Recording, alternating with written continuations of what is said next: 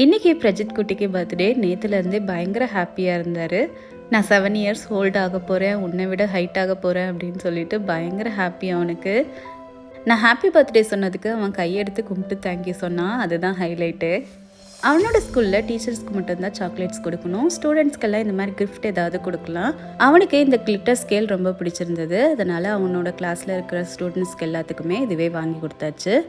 பிரேக்ஃபாஸ்ட்டுக்கு அவனுக்கு பிடிச்ச நூடுல்ஸ் தான் பண்ணி கொடுத்தேன். நான் இன்றைக்கி 5 பேக்கெட் நூடுல்ஸ் போட்டிருக்கேன். 5 பேக்கெட் நூடுல்ஸ்க்கு 4 பேக்கெட் மசாலா தான் ஆட் பண்ணியிருக்கேன். ஒரு பேக்கெட் நான் எடுத்து வச்சுட்டேன். வேறு ஏதாவது ரெசிபி செய்யும்போது யூஸ் பண்ணிப்பேன்.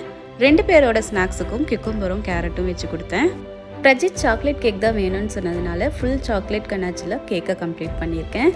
சிம்பிளாக ஒரு டிசைன் கொடுத்துட்டு மேலே டாப்பர் வச்சுட்டேன். இதுவே அவனுக்கு ரொம்ப பிடிச்சிருக்குன்னு சொல்லி சொன்னான். அதுவே எனக்கு ரொம்ப சந்தோஷம். டின்னர் வெளியே போய் சாப்பிட்லான்னு பிளான் பண்ணியிருக்கறனால லஞ்சு சிம்பிளாக முடிச்சிட்டேன். லெமன் ரைஸ், தயிர் வடை, உருளைக்கிழங்கு பொரியல், அவரோட